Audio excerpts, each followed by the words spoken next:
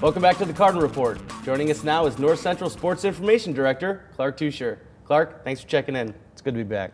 So the women's team, they didn't have as much luck against the Thunder as they give up their highest point total this season, and they fall 106-67.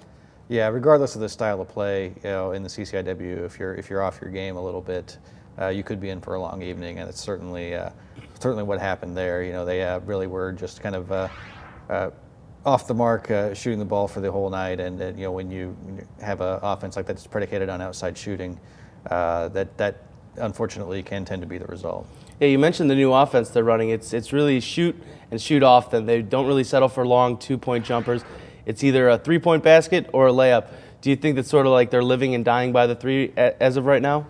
I think it's still a work in progress. I think the coaches have been pleased with the results so far. They've already matched their win total from all of last season, but it's not there yet. They're still working on some things, and I don't think there were planning to build Rome in a day with this offense.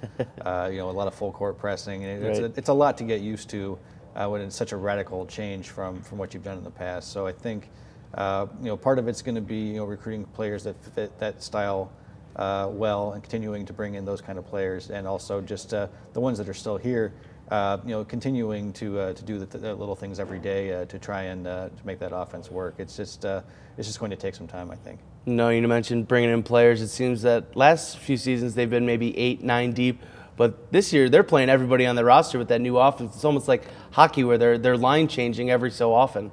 And I think that'll be a selling point once it comes, real prime recruiting season here coming up pretty soon. They'll be able to sell the fact that anybody that comes in is going to have a chance to play and play right away, and to get some significant action because they're going to use the whole bench. So I think that can actually turn into a positive for them once they hit the recruiting trail after the season's over.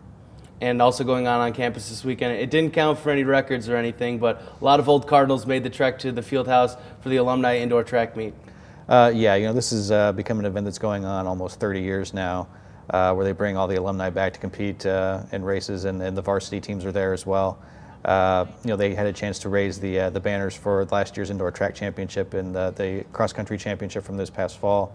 They got the chance to hear some remarks from the new president of the college, Dr. Troy Hammond. We're looking at 300 or so alums that come back for this event every year. They make it an annual event. So it's really a nice thing that those programs do. And that's the third straight year the Cardinals have raised the indoor track championship banner for the men's team. So they obviously have a target on their back, but that's something they're used to, it seems like. Really the focus for them is on themselves. They really understand that this year's team hasn't done anything yet, and they're going to try and leave their own mark for the guys that were there last year, trying to help the younger athletes help continue that tradition that they've been able to be a part of, and that never gets old. Standing on the top of the podium. So I'm certain that they're really interested in getting back up there a second time as well. And the women's indoor track and field team should have a lot of weapons back as well. They were a young squad last year, but that just shows that there's probably a lot of promise and a lot of hopefully success this year coming. Yeah, a lot of athletes who were impact performers as freshmen are back this year and in a position to lead within the team as well. So I think you're going to see a lot of those same individuals in a little more prominent positions on a national level this year. And somebody on a national level for the wrestling team, Nathan Fitzenrider. The rankings come out, and right now he's ranked #1 in his weight division. Nathan moved up to 141 this year, which he's never wrestled before, so didn't necessarily appear in those rankings as the season started because no one knew he was wrestling there. He's only got one loss all this season, and that was to a Division I opponent, so certainly off to a great start. They're coming into the meat of their schedule right now as they prepare for the conference championships and the regional championships next month. Well, we wish him the best of luck this year, Clark, and all the rest of the Cardinals in their winter season campaigns. Thanks for checking in. Thank you. The men's basketball team is back on their home court this Saturday to face off against the 17th-ranked Vikings of Augustana College. If you can't make the trip to Gregory Arena, you can catch all the action right here on Channel 17 or streaming live on nctv17.com. I'm Marc Dahlquist. We'll see you here next time on the Cardinal Report.